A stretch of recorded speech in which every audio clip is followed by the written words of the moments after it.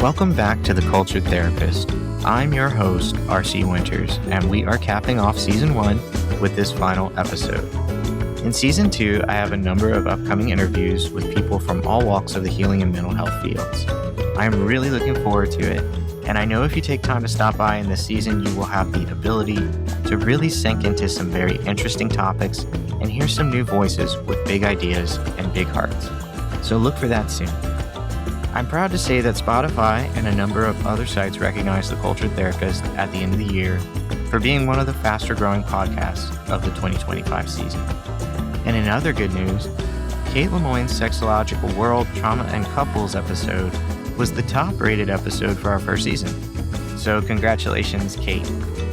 We're well on our way to over 1,000 listens of the 2025 season overall. And with great gratitude and an appreciative heart, I thank those who participated as interviewees. And I'm especially grateful to all of the listeners and all of those who shared the podcast and continue to share it. After all, I can't do this without you. I'm humbled to be able to share something I love with the world in such a way, so thank you. And now to the final episode of the first season. I want to end this season by sort of acknowledging that yes, I know, you have no idea who I am. Well, some of my colleagues and close friends and family do, but yeah, I get that. I have talked to those colleagues and friends about it, and they all said, wouldn't it be fun to be interviewed and be on your own show? I would laugh and say, yes, but inside would go, dear God, no, it would not. I am a private person with my own issues and concerns, and as a mental health therapist, I occasionally share those with my clients and friends and family, but mostly I don't disclose much because I like my privacy. Still, I think sometimes it might be helpful to express my journey of mental health because, unlike most counselors, mine was basically what I have called many times the Mike Seaver version. If you were raised on Growing Pains and other shows like Full House from the 1980s primetime TV series lineup, as I was, you remember some of that hit American sitcom starring the now extremely religious and of Left Behind fame Kirk Cameron. In Growing Pains, he is a troublemaker, a class clown, and a menace to his teachers and his school, vowing that teaching is the worst thing one can do, as is being a teacher. It's just the worst. And he would know. He's Mike Seaver, after all. Well, that was my attitude about counselors. Couldn't stand them growing up. And they always made me uneasy at dinner parties and get-togethers. When I found out someone was a counselor and in mental health, especially psychiatrists, I went the other way extremely fast. Firstly, because I did not want to be psychoanalyzed, and there was a lot there to psychoanalyze, as you'll see. But secondly, I did not trust anyone. And I knew subconsciously, and my parents and family all knew, that I hated counselors and mental health because I was very much a lonely and independent boy with no need for emotions and no time for what I thought was manipulation because I was onto them, you see. That's why, just like Mike Seaver, me becoming a counselor is the same as what happened to him in the show. Spoiler alert for those who haven't seen the show, but he became a teacher. For both our journeys, I guess you can chalk it up to immaturity, to growing pains. See what I did there?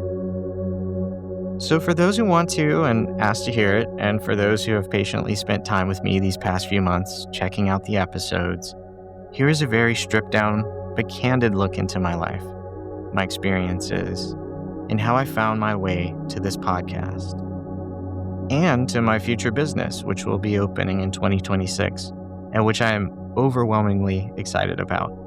I will detail it a little at the end of today's episode. So again, find a comfy chair, maybe cozy up with a blanket or one of your favorite gentle beverages, and let's take time to learn about me, your host, and what I am calling this episode, R.C. Winters, My Path to Healing.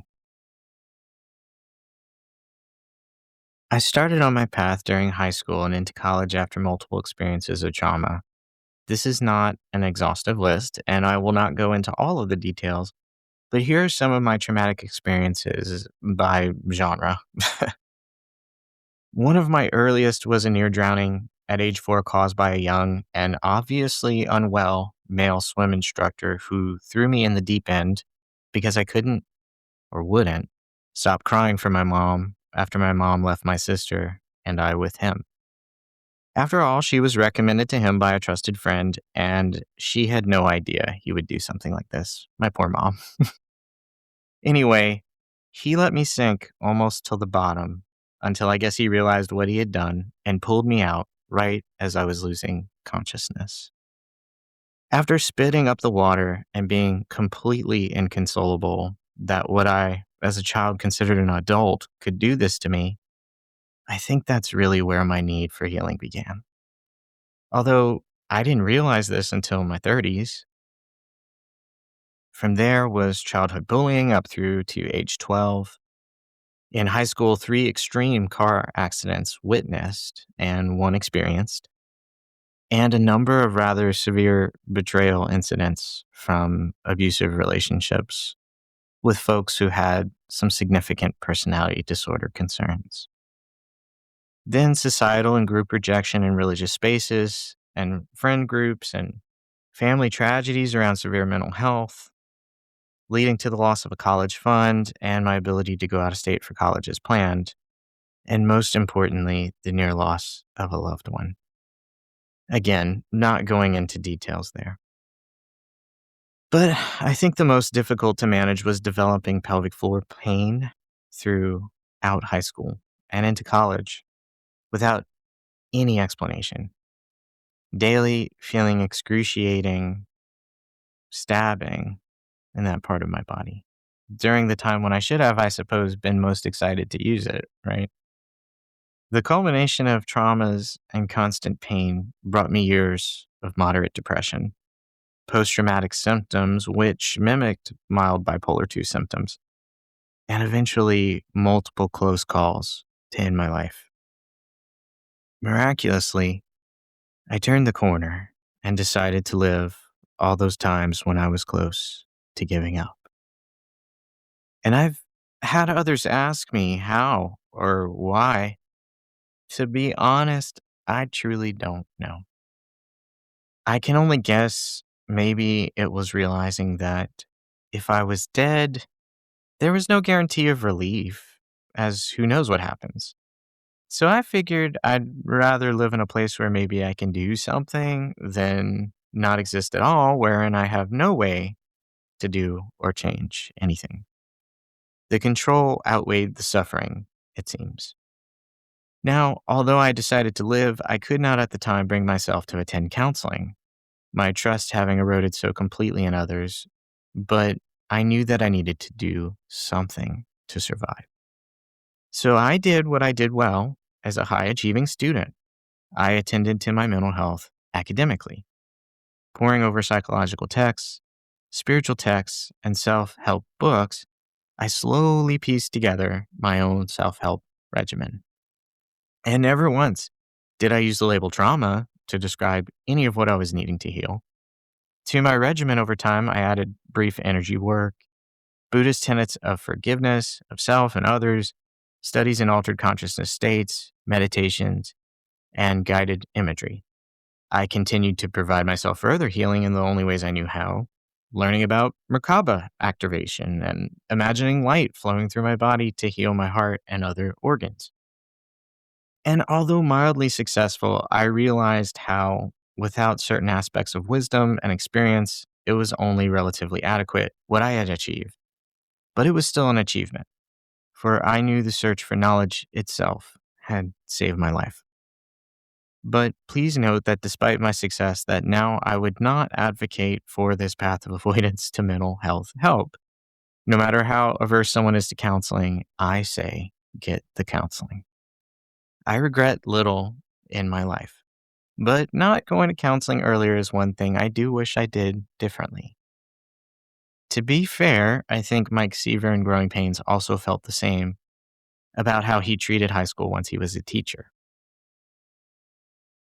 I was able to afford college based on my good grades, which provided me with the financial help of a state scholarship, and my parents were able to help pay for living expenses.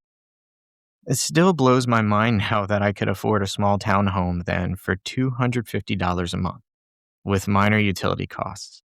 Now, you could see through the floor to the ground, and we had a broken heater the first 2 winters, but I still can't imagine that low price these days. Anyway, I graduated in 2008 with an English degree with plans to become an editor or professor. Couldn't figure out which, but they both seemed hopeful. I even applied for a graduate assistantship for the English department, but I didn't get it. During my years right out of college, I worked in the customer service department at a retail store between gigs as a singer in a band. There, at the store, I became aware of my counseling abilities. I noticed how I could calm down upset customers no one else could. I could provide relief to coworkers and friends through listening and creating sacred spaces with ease, and generally was providing for others what I wished others could provide me. After years of searching and trying a number of different methods beyond the obvious, I turned my attention back to the place I had originally and vociferously rejected and became engaged, unbelievably to myself at the time, in the healing art of talk therapy. I wanted to help the world and maybe even myself while helping others, similar to many mental health professionals I've learned. I attended the university with a graduate assistantship, which helped me to afford a master's of science in counselor education. And eventually I was licensed and continued to work through my problems with the help of multiple mentors and counselors. Still, I felt repeatedly that those who wished to help me via talk therapy just never really landed for me. And I became frustrated by talk therapy, holding an anger and feeling my body tension and a lack of peace that followed me throughout a decade, all the while helping others with grief, depression, anxiety, and adjacent concerns. When I attended a neuroscientific trauma course that introduced me to trauma in the brain and in the body, that was when things shifted for me. I had become trauma informed. I then sought out training in EMDR, additional energy-based interventions, parts work, and neurosomatic interventions to use with clients, which really seemed to help them. I learned about the part of the brain known as the insula that connects emotions to the body and how emotions cannot exist unless they are connected to the body. And I learned that the most drastic forms of dissociation, derealization, and depersonalization were both things I had experienced multiple times in my life. Experiencing being in a dream and tunnel vision being derealization, or feeling like my body is not my own being depersonalization. That opened up a whole new understanding of the type of help I was willing to provide and that I myself had sorely needed. Enthused again with possibility, I began to apply these new practices to myself as well and worked through a number of the traumatic events with the help of counseling professionals. But still, something was not fully integrated. I became aware that what I had been healing this whole time in myself was in fact deep, penetrating traumas. Younger college-age me didn't have a chance. He had been trying to do the almost impossible act of healing traumas without using any of the tools that might do so. It seems so obvious now, but it is the old story of the seeker not seeing the answer right under their nose, even as I was learning about it. And I had done so much for myself, but still I did not feel fully healed. I had pains and aches in my muscles all throughout my upper back and neck. Then the worn down condyle in my jaw leading to TMJ, and my poor gnashed teeth from clenching. And after my gallbladder was removed, intense IBS and a low immune system followed. I blame most of the TMJ and gallbladder issues now on the rage that I built up in me as I worked at a university after almost burning out from a short stint as an addictions counselor. And I responded by taking a few months away as a provisional counselor, not doing the thing I really wanted to do. Turns out that although a stepping stone is great, stress and anxiety from not living your authentic self is not, and can really do a number on the body. Of course, all that I learned in retrospect. When this year I attended a holotropic breathwork event with a fellow colleague, and then attended a deep peace event put on by the co owner for our new business and her colleague, at this class I became fully aware of what I had been missing. By the way, to make this full circle, the co owner of this new business is Sarah Sullivan from episode 5, and her colleague, Alex Lee, from episode 8. At their class, I noticed connective tissue and emotional release during yin yoga. I experienced during breathwork the power of intention and intuition to help release pain and emotional relational blockages with problems between me and my family and my friends. And finally, I sensed for the first time how accessible sound healing could make safe altered states of consciousness, as well as for the first time in many years, physical resounding peace. I knew this is what had been missing from my ability to fully help myself. And almost instantly, I knew this was all along what I had been searching for, and now what I wished to provide others. I then was on a quest. I spent months buying up relatively expensive and wonderful instruments, from singing bowls to gongs to a handpan to an overpriced rain stick. So many things. And I put on my first sound baths and guided meditation experiences just this year after some minor training. And so the journey to the creation of Paths to Restoration and our LLC began. Sarah and I recently have embarked on creating this integrated somatic and wellness space with healing components incorporated from Eastern traditions, including traditional Chinese medicine, Indian yogic traditions, Ayurvedic practices, and earth-based eco-healing practices. We have a possible building, and we are gathering a team and creating a website. Now is as good a time as any, I guess, to announce it. I am also getting certified in yin yoga as this episode is being uploaded. And also, I am getting certified in restorative yoga. I am already certified now in sound healing foundations and in crystal bowl healing. In addition, I presented at our mental health therapist retreat on the power of sound healing and the scientific backing for singing bowls, frequency entrainment, and a number of other really interesting topics surrounding sound. I also presented on the emotional freedom technique, which uses acupressure and exposure techniques, and presented on self-regulation skills, such as autogenic training, which is a guided internal sensing meditation. So that's where I'm at now. I use these techniques for myself at least weekly, and I find that when I do, most of those issues I spoke about, well, they have seemed to lessen over time tremendously. And as for the rage and trauma, that is mostly processed. If I had to guess, I'd say it's at the 98, 99% level of processed, which is kind of nice to say considering. Maybe that's a generous amount, but it feels accurate. As for what got me started on this podcast, I started it on a whim in April of 2025. I turned 40 just this year, and I have a loving family and home that I adore, as well as having been so lucky to have amazing colleagues and friends. I figured maybe others needed to share in this abundance and wealth of knowledge and expertise. So the Cultured Therapist was born. My actual name is Ryan, but here I will likely always go by RC. Why? Because I know this is so global. I don't really want to have the name I go by every day being out there.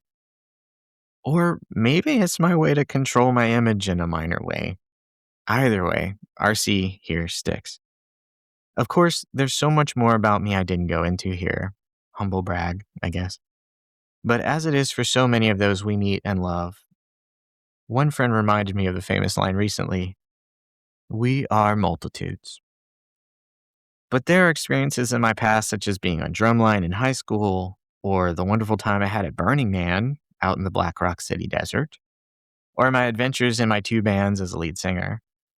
There are so many more things I am privileged to have experienced that make up who I am and why I do what I do, especially all of the magic and synchronicities and oddities of my life. Maybe one day I'll write those stories down or share them somewhere else. But for now, I'm glad to return back to being a humble host here, exposing the audience to new and interesting ideas around mental health, meeting others on their own mental health journey, or even interviewing someone and letting the public know about them so that there can be an opportunity for someone in need to connect with a healing professional. So that's it. Now you know a bit of who I am, why I'm here, and what this whole thing is about. I thank you if you made it until the end. Considering it was not about a particular topic, but mostly autobiographical, if you made it to the end, kudos. I appreciate you for sticking through it. Usually, at this point, I thank a guest for being here, but since that's not the case, I guess I'll end it here in this fun way. Thank you, Ryan, for being here today. I learned a lot about courage, and I really appreciate your honesty and candidness about these difficult topics. Thank you for doing what you do. You're welcome, RC. Anytime.